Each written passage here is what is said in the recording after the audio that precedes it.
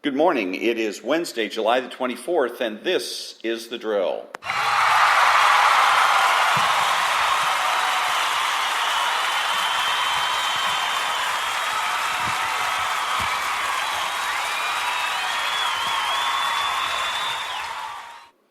Good morning. My name is Ronald T. Hardgrove. My podcast, The Drill, is about demonstrating how to beat the left each and every day. My podcast is made possible by Spreaker.com, and it can be heard on iTunes, Spotify, Google, and YouTube.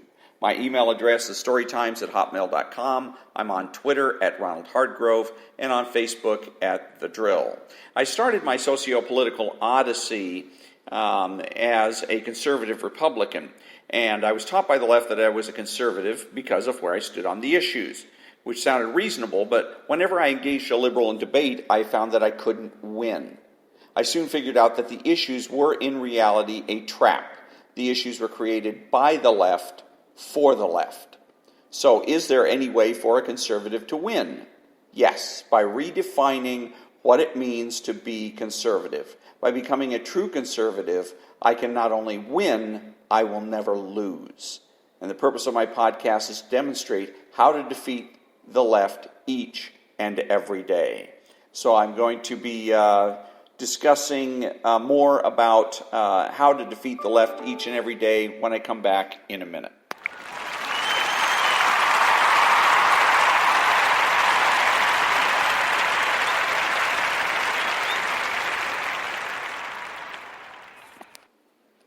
And thank you very much. Welcome back. And this is The Drill. And the second biggest mistake that so-called conservative talk show hosts make, and I say so-called because very often talk show hosts consider themselves conservative or say they're conservative, again, making the mistake of identifying them with conservatism by where they stand on issues. And it's wrong. It's a mistake. The second biggest mistake that they make is in confusing reactionary with conservative. Being a reactionary is an anti-conceptual mentality that involves reacting to arbitrary claims and aping the left. Arbitrary claims are those claims that lack evidence or proof, and aping the left means copying their communication style, which means making predictions and using anti-concepts. Making predictions deprives conservatives of value by substituting forecasting for moralizing. Moralizing involves judgment, and judgment is used to decide ultimately what is real and what is imaginary. We use judgment instead of prediction because we need an answer to the question, what should I do? Not what is going to happen. Using anti-concepts aids the left in obliterating legitimate concepts such as property and conflict of interest. The third biggest mistake pundits make is in confusing traditionalism with conservatism. Traditionalism demands a slavish devotion to the status quo, and it's a mistake because it is as idealistic as socialism. So, what are the issues? How somebody thinks about an issue is less important than how they arrived at their conclusion. If they arrive at the position by putting if they arrive at the position, if they arrive at their conclusion by making the presumption of the status quo, they're realistic and conservative. Abortion, for example. You determine that abortion is wrong, that abortion is wrong, and then you are conservative. You're conservative because of the way you reach the conclusion that abortion is wrong, not because you're anti-abortion. So what about objectivists and libertarians? Objectivists and libertarians are left, and they're left because they make the presumption for change. Objectivists and libertarians want a perfect world, and anyone that's looking for a perfect world is a lefty, and because they're making a presumption for change. They judge everything by the standard of perfection. The perfect becomes the enemy of the good. Socialists want an ideally social world. Objectivists and libertarians are the opposite side of the same coin as socialists. So what? What difference does it make how one defines the word conservative? It matters because confusing conservatism with traditionalism sets one up to lose. To win the argument, one needs to start with a good foundation. So an example of this is what we've seen with police officers that are involved in shootings and killing people. And you'll find people on the right that think to themselves, obviously they're thinking to themselves that I'm a conservative, so I have to be pro-law enforcement. So they will bend themselves into a pretzel trying to rationalize and justify the actions of the police officer. And when the police officer has obviously made a mistake, when the police officer has obviously done something wrong. And we know obviously by simply conducting a small mind experiment, and that is what would have happened if I had done that. Okay, in the case of Michael Brown in Missouri, when he was shot dead by a police officer, the question, if I ask myself, what would have happened if the same situation, Michael Brown was dead, lying in the street with his brains hanging out, and I was the one who shot him? What would be the result of that? Would I've been prosecuted? And I mean as a civilian. I'm not saying I as a police officer, but let's say I'm a civilian, I have a gun, I have an encounter with Michael Brown, and it goes down pretty much the way it did with the police officer. I'm sitting in my car, my gun is maybe on my hip or something. I'm telling Michael Brown to get out of the street because you're going to get hit. He comes over to give me some jazz about it, reaches for my gun, I draw the weapon, I shoot, and hits his thumb. He leaves or attempts to leave. I get out of the car and then confront Michael Brown. He turns around to come running at me. I shoot him in the head and kill him. Where am I going to end up as a result of this? You're right if you said prison, and rightfully so. That's the way it should be. Anybody who did what that police officer did should have been arrested, prosecuted, and put in prison for whatever the term is for murder, 25 to life, let's say. So that's the people on that's the conservative position, that there is no such thing as the death penalty for disobeying a lawful order, because that's the faux conservatives, the traditionalists, the reactionaries on the radio were saying, it was justified, it was a righteous shoot because Michael Brown refused to obey the lawful orders of a police officer. BS. There's no such thing as the death penalty for refusing to obey the lawful orders of a police officer. But again, you get into that situation where when you're defining you're subordinating reality to politics, you get yourself in a jam. You're going to have to bend and twist like a pretzel to try to make reality fit your political viewpoints. Another hazard with being a traditionalist or a reactionary and defining yourself by the issues is you end up with some strange friends. If you come out and say, I'm anti-abortion, you might end up having a Ku Klux Klan or an American Nazi Party member come up and put their arm around you and say, hey, brother, we're on the same side because you know what? I hate abortion too. Now what? This is the reason why conservatives, Republicans, every time they run for office, the news departments ask them if they're going to repudiate the Ku Klux Klan, repudiate American Nazism. Okay, because idiot Republicans and idiot conservatives, so-called conservatives, go ahead and put themselves in the same room with with KKK and American Nazis by declaring that they are conservative by where they stand on the issues. The reality is that the KKK and the American Nazi Party are left. And they are left because of the fact that they are both idealistic. The left is completely idealistic. They're looking for a perfect world. The only difference between socialism and Ku Klux Klan and the American Nazi Party is what kind of an ideal society they're looking for. Okay, socialism is looking for the ideal social system, the ideal social world, and the Nazis and the KKK are looking for an ideal racial world, but they're still looking for the ideal. And that's important to know when you have people that are coming to you and saying, hey, do you repudiate the Klan? Don't ask me, ask my political opponent, ask Hillary Clinton, because you see the Klan and the American Nazi Party are on the left. You have to say that.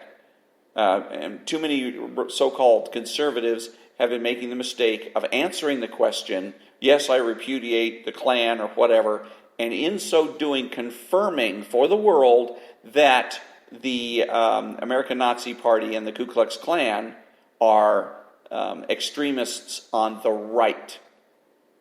And they're not. It's a mistake. So what should one do?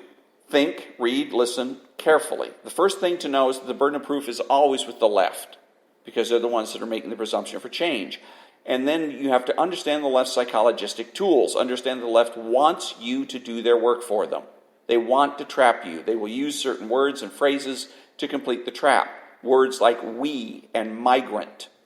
The left always wants to obliterate troublesome concepts like property, and they will use anti-concepts like migrant to do it. The left continually looks to organize problems. And with organized problems come organized solutions. And with organized solutions comes bigger government and higher taxes. Now, a couple of things on this is that the traps that they want, we and migrant. I already explained a little bit about migrant, but the word we is where we're getting into organizing problems. As a conservative, a true conservative, you've got to be on the watch for the word we. Somebody says, well, we need to do this, or we have a problem with that. One of the first things you can do is say, who's we? Do you have a mouse in your pocket? I don't know who you're talking about when you say we. And as much as possible, you want to, instead of, because if you allow them to organize the problem, they're going to politicize it. And a politicized problem gets a politicized answer, which means laws written by the federal, state, or local governments. So you want to personalize the issue. We have a problem with homelessness. Well, who's we? I'm not homeless. Nobody I know is homeless. My family isn't homeless. So who are you talking about when you say we? Are you homeless? Are your relatives homeless? Get so that you're talking about a specific individual. You mean that guy over there, he's homeless? Okay, so why is he homeless? And get the conversation on a personal level. Because again, being a conservative is about respect for the individual. Let me see. Making a conservative prove a negative is only one of the psychologistic tricks that the left uses.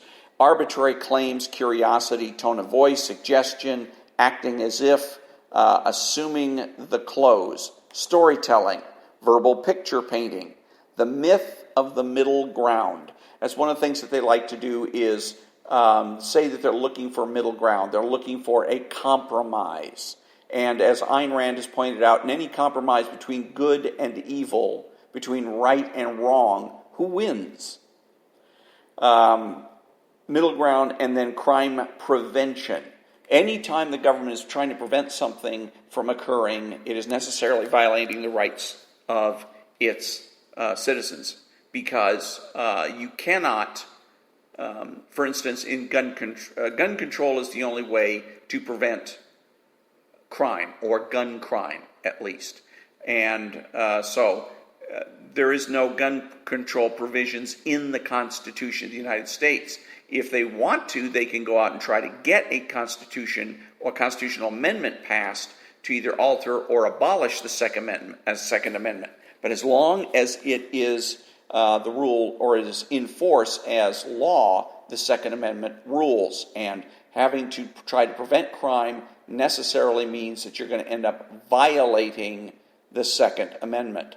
Bullying or intimidation. There's a lot of movement around trying to prevent bullying and intimidation. The only way to do that is to violate the First Amendment to the Constitution by making sure that nobody opens their mouth, or that at least they don't do so without somebody else's permission. It's a violation of the Constitution. And if you think about it, you'll see that every time the government tries to prevent something, whether it's pollution or violence, it necessarily violates some provision of the United States Constitution. So once you understand the tricks, you can be a conservative instead of a reactionary and become immune to pigeonholing and stereotyping, immune to bullying and intimidation. You can effectively counter any and all head games that the left plays, and you can win all the time. Now, the best thing about listening to talk radio is that you can learn all the mistakes that pundits make and avoid them. First, that issues-based politics is wrong. It promotes an action-reaction political theater. The second thing is that defining voters by the issues boxes in Republicans, forcing them to talk only about the things that are important to liberals. Progress and moving forward take precedence over common sense. Change, not because it's better, but for the sake of change. Act first, think later, trial and error. The third thing is, as a result of issues-based politics, conservatives become reflexively rigid and resist change gratuitously, even common sense change. And the fourth thing is that the right talks and thinks only about the left. This is wrong. If the right would spend more time promoting values instead of liberal issues, then the left as a political force would be dead. Change is indicated when there's an improvement to the status quo. Unless there's something obviously better than what we have now, we stay the course. That's realistic, i.e. conservative. Constant change in the blind search for perfection is idealistic, liberal. True conservative. In reality, all political arguments are essentially arguments about one thing: change. Is change necessary or not? Should we increase the budget? Should we legalize marijuana, etc.? All valid arguments, political and otherwise, begin by making the presumption for the status quo. In other words, if it ain't broke, don't fix it. We do this because it's realistic. It's realistic because there isn't time to do the opposite. We change only when there is an obvious case for change, slavery and Jim Crow. We do so because we can prove a positive. We can point to the obvious necessity for change and prove what type of change is best. The left makes the presumption for change. If it ain't broke, break it.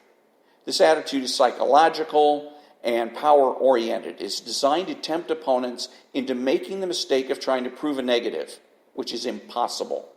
The prove a negative tactic is used to demoralize opponents and discourage them from resisting. There are two ways to trick a person into proving a negative. The first is to ask the question, why not?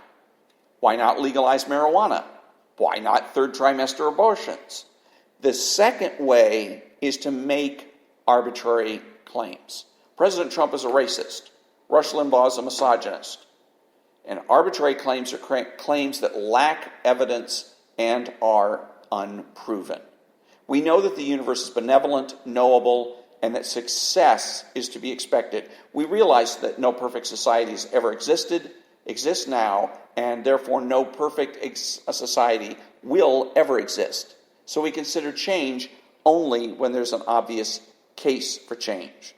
The left believes in a malevolent universe that is terrifying, unknowable, and where failure is to be expected.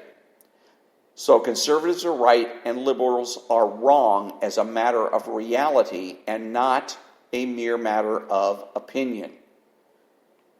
Issues like slavery and Jim Crow were wrong, not as a matter of opinion, but as a matter of fact and reality.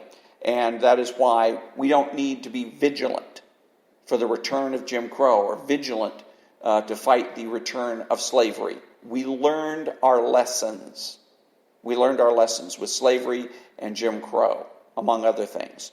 And so we know with certainty that those things are wrong. They're morally wrong, and therefore they're dead and they're not coming back. Issues-based politics holds many advantages for the left and few, if any, for the right. It sets up a political theater where two parties offer competing visions of an ideal society. The left offers a vision of a permissive society where the answer is always yes. the right offers a vision of a restrictive society where the answer is always no. In such a competition, only the left can win. In addition, issues-based politics locks political parties into relationships with specific constituencies. The left will always be on the right side of women's issues, black issues, Hispanic issues, etc., because it is the left that decides what those issues are. The right, therefore, will have no hope of ever attracting significant numbers of women and non-whites. Also, issues-based politics gives liberals the initiative and forces conservatives to be on the defensive. There are numerous conservative talk show hosts across the country that spend most of their time talking about liberals and what liberals do, think, and say. It is no wonder that they have no time left to promote values. Liberals, by the way, need conservatives, since liberals spend all of their time living in their imagination and count, therefore, on conservatives to realize their socio-political fantasies. If they have a vision of a flood, the right will have to build an ark. The left exercises power, empowers itself through the use of psychologistic technique, through the use of slogans and catchphrases that are spread in a mass media through the use of slogans and catchphrases that are spread in mass media, the left is able to dominate our culture and create a liberal mindset in the country. If you think liberal, you will act liberal. If you act liberal, then you will vote liberal. In this way, the left creates and sustains movements. Now, there are people that think, because they've been taught by the left, that you can do whatever you want. You can decide that you're a conservative, but talk and think like a liberal. No, you can't. That whole idea is BS. You are the way you act. You act like a liberal, you are a liberal. Even if you claim to be a conservative, even if you go into the voting booth as a conservative, you're a liberal. And Ayn Rand had made the point many times that one of the things that you want to do, you look for to have a happy life, is to have integrity, personal integrity. And that means basically getting your act together. That if you're going to be a conservative, then you speak like a conservative, you act like a conservative, you think like a conservative. You look at the world from a conservative standpoint. You look for conservative art, conservative architecture. If you're going to be a liberal, then you do everything with a liberal mindset. Because to do otherwise is to create psychological conflict within your own mind. So a lot of what I'm about is telling people, get your act together. You want to be a conservative, act like it. So, in this way, the left creates and sustains movements. The following are examples of left-wing slogans and catchphrases. What about feelings? You're not listening. Age is just a number. You can make a difference. You can be a leader and a change agent.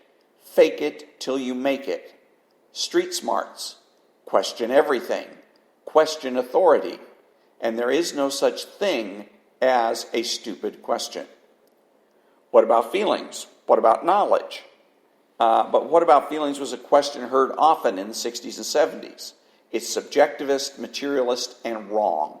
It was geared to moving people from being intellectual to being materialistic. In other words, going from being conceptual to being concerned strictly with that which you can touch and feel. You're not listening. And the proper response to that is, you are not listening. And if you aren't going to listen to me, I'm not going to listen to you. Because what that statement is designed to do is to shut you up. Okay, it's a subtle yet effective way to shut up the right. And it was a favorite way for the left to shut down in the right back in the 60s, and it still works today. Fake it till you make it. Get real. Is my response to that. Suggests that achievement is a fraud, that if one acts like a CEO, that eventually one will become a CEO, and that no knowledge or experience is necessary. You can be a leader or change agent. Says who? It's true only if one has been hired, elected, or appointed. No one has the authority to self-elect or self-appoint themselves as a leader or a change agent.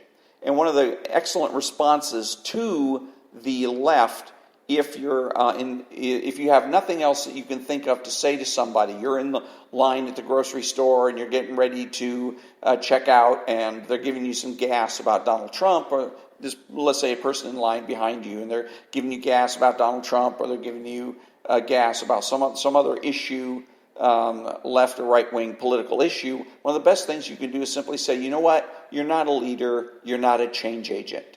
Have a nice day. Because that's what these people are doing. When the left comes and confronts you out of nowhere, that's what they're pretending. They're pretending that they're a leader, pretending that they're a change agent, and pretending to have authority and power that they don't really have. They're bluffing.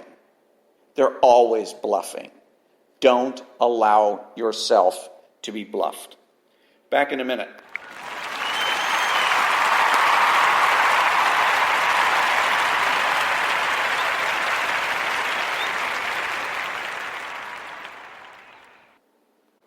Thank you very much. Welcome back. So who are the true conservatives? They are the people that understand that conservatism is not just political, but cultural as well. They are patriotic people who use common sense. They make judgments instead of predictions, speak clearly and definitively, and are not afraid to say no. They are open-minded, asking why rather than why not. They are consistent, credible, and influential, not ashamed of their existence, unafraid to learn or correct their mistakes. They are normal Americans. And that brings me to the conclusion of another episode of The Drill. And until next time, thank you very much for listening, and have a great day.